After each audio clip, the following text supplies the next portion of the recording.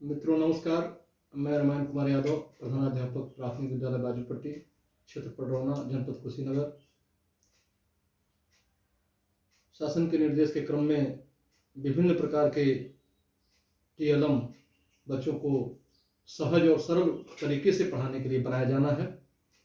उसी दिशा में बच्चों को कोणों की जानकारी, विभिन्न प्रकार के कोणों की जानकारी आसानी से नहीं हो पाती है।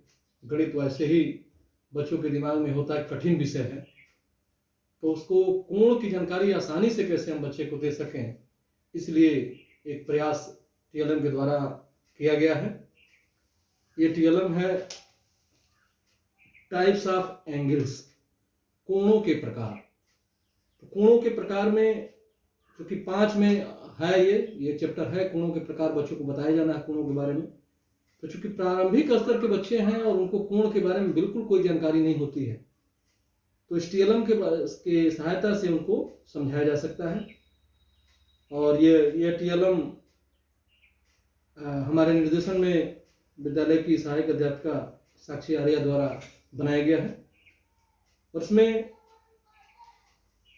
कोणों के प्रकार में मैं सबसे पहले बताऊंगा आपको कि 0 एंगल एक होता है जिसको कहते हैं शून्य कोण। फिर उसके बाद 0 से लेकर के और 90 अंश से छोटा तक, उसको अंग्रेजी में बोलते हैं एक्यूट एंगल, जिसको हिंदी में कहते हैं न्यून कोण। तो न्यून कोण देखिए, यहाँ एक्यूट एंगल लिखा गया है, यहाँ से यहाँ तक एरो साइन बनाया गया है। अब इसको आप ज्यों बढ़ाना चाहेंगे, बढ़ाते बढ़ाते ऐसे ये, अब जैसे मान लीजिए बच्चे को बताना है कि 40 अंश का कोण कैसे बनेगा, तो देखिए ये 40 अंश का कोण हो गया। बच्चे को बताना है कि 50 अंश का कोण कैसे बनेगा, तो देखिए 50 अंश का कोण हो गया। और ऐसे करते हुए ये एक्यूट एंगल कहाँ से कहाँ तक होगा, बच्चे को इसकी जानकारी आसानी से हो जाएगी। फिर आइए दूसरे प्रकार का कोण आ गया, यह सबसे ऊपर जो 90 अंश के ऊपर लिखा गया राइट एंगल, अर्थात समकोण। समकोण बच्चे को कैसे समझाएंगे, तो समकोण को दिखाएंगे कि देखिए यह बच्चे को दिखाएंगे, यह जब ये तीर 90 अंश के सीध में आ गया तो यह कोण जो ये पीला वाला पोर्शन इतना दिख रहा है, ये पोर्शन ये हो गया 90 अंश का कोण।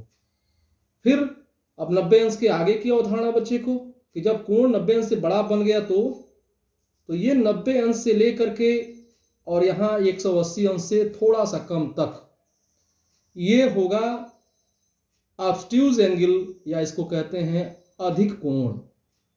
तो बच्चे की अवधारणा अधिक कोण किसे कहेंगे, तो वो 90 अंश से जब वो बढ़ गया कोण, बढ़ते बढ़ते बढ़ते और 180 अंश से कम तक, ये देखिए ये तीर बना हुआ है, तो ये कोण कहलाता है अधिक कोण, या इसको इंग्लिश में कहते हैं ऑब्ट्यूज एंगल।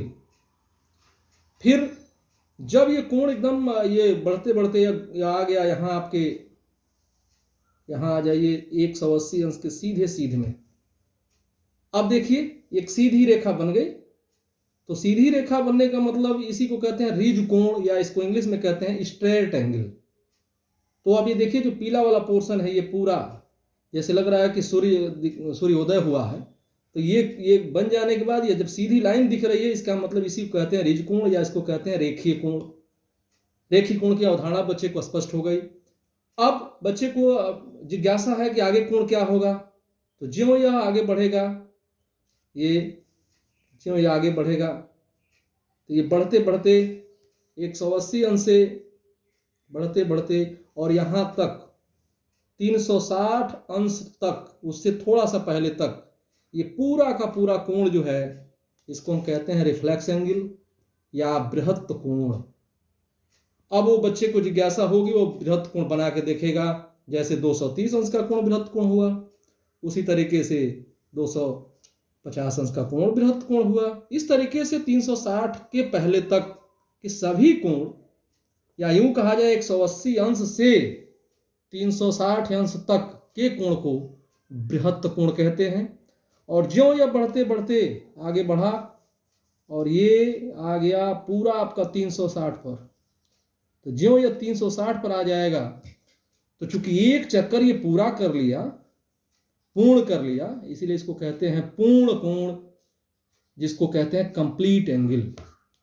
इस प्रकार बच्चे को कोण की अवधारणा आसानी से स्पष्ट की जा सकती है। धन्यवाद।